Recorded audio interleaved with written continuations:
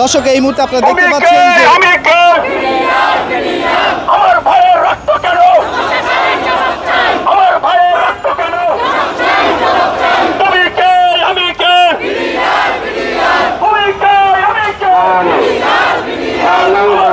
দর্শক আপনারা দেখছেন যে বিডিআরের সদস্য যারা রয়েছেন তারা ইতিমধ্যে প্রেস ক্লাবে তাদের বিক্ষোভ সমাবেশটি নিয়ে তারা এসেছে এবং আমরা যেমনটা দেখছি যে গতকালকে কিন্তু ঠিক এমনই দুপুরের পর এই বিডিআর সদস্যরা তারা বিক্ষোভ মিছিল নিয়ে যখন শহীদ মিনার থেকে এসেছিলেন তখন শিক্ষা ভবনের সামনে কিন্তু তারা বাধাগ্রস্ত হয় এবং সেখান থেকেই কিন্তু তাদের সাথে পুলিশের যে সেই জায়গাটিতে দাঁড়িয়ে পুলিশ তাদের উপরে জল কামান নিক্ষেপ করে এবং টিয়ার শেল নিক্ষেপ করে, সাউন্ড গ্রেনেডও নিক্ষেপ করে এমনটা বলছে এখানে থাকা বিডিআর সদস্যরা। এবং সেই সাথে এর কারণ হিসেবে আমরা যেমনটা জানি যে শিক্ষা ভবনের পাশে কিন্তু সেই জায়গাটিতে সচিবালয় রয়েছে এবং সচিবালয়ের চারিপাশে কিন্তু 144 ধারা জারি করা রয়েছে এবং সেই 144 ধারা জারি উপেক্ষা করে যাতে করে কেউ কোনো ধরনের বিক্ষোভ বা কর্মসূচি না করতে পারে, সমাবেশ না করতে পারে, সেই কারণেই কিন্তু 144 ধারা জারি করা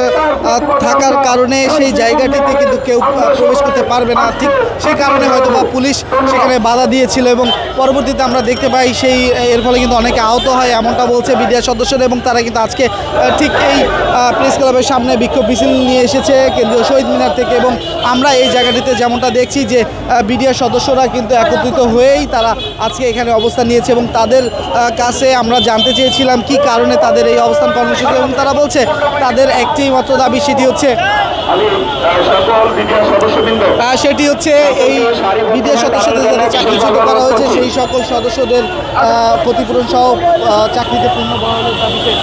তারা কিন্তু অবস্থান নিয়েছে এবং তারা বলছে যে যতক্ষণ পর্যন্ত তাদের দাবি মানা না হবে তারা তাদের এই কার্যক্রম অব্যাহত থাকবে, এই কথা কিন্তু তারা বলছে।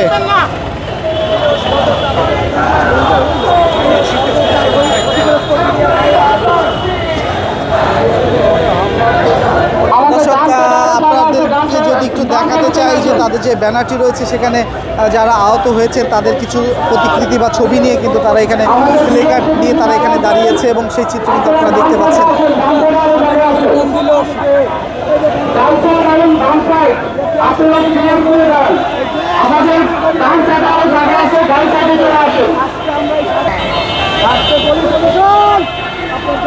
সদস্য